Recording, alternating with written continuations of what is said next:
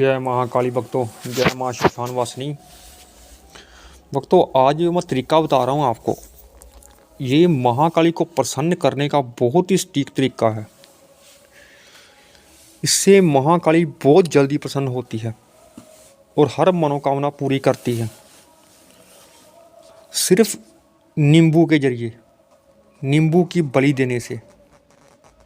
लेकिन याद रखें कि बलि जानकारी के साथ ही देने चाहिए। गलत बलि देने से उल्टा नुकसान होता है आदमी का, ये याद रखें। दो तरीके होते हैं बलि देने के, एक होता है तांत्रिक, एक होता है सात्विक। तांत्रिक में ये होता है कि नींबू को जागृत किया जाता है, उसमें प्राण डाले जाते हैं, फिर बलि दी जाती है महाकाली को तांत्रिक विधि से। लेकिन मैं आपको सात्विक विधि बताऊंगा और सात्विक ही मंत्र बताऊंगा जिस तरीके से आप ये कर सकें, महाकाली को नींबू की बलि दे सकें। और ये विधि पूरी बताऊंगा आपको। इससे पहले आप चैनल को प्लीज़ सब्सक्राइब और लाइक कर दीजिए। भक्तों, बलि देने का विधान सिर्फ शनिवार को ही है या मंगलवार को।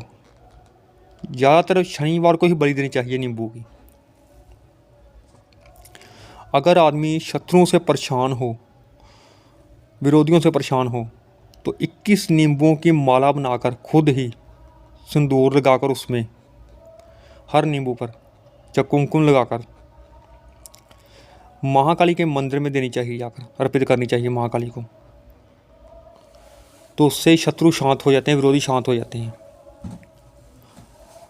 और घर में नींबू की बलि कैसे देनी है?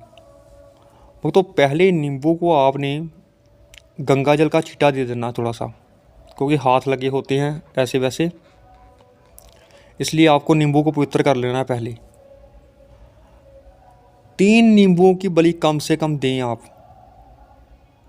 पहले उनको कुमकुम लगाकर नींबू को, और भक्तों नींबू आपने काटना है जब, तो सर से काटना है, उसके जहाँ उसकी डुंडली होती है वहाँ से आपने जब चाकू रखना है तो चाकू आपका बाहर नहीं निकलना चाहिए जब तक नींबू ना कटे।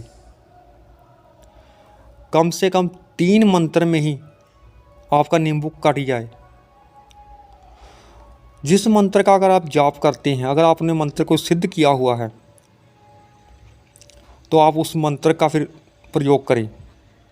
अगर आपने मंत्र सिद्ध नहीं कोई किया, फिर आपने 3 बार ओम ऐं ह्रीं क्लीं चामुंडाय विच्चे इस मंत्र को बोलकर नींबू को काटना है।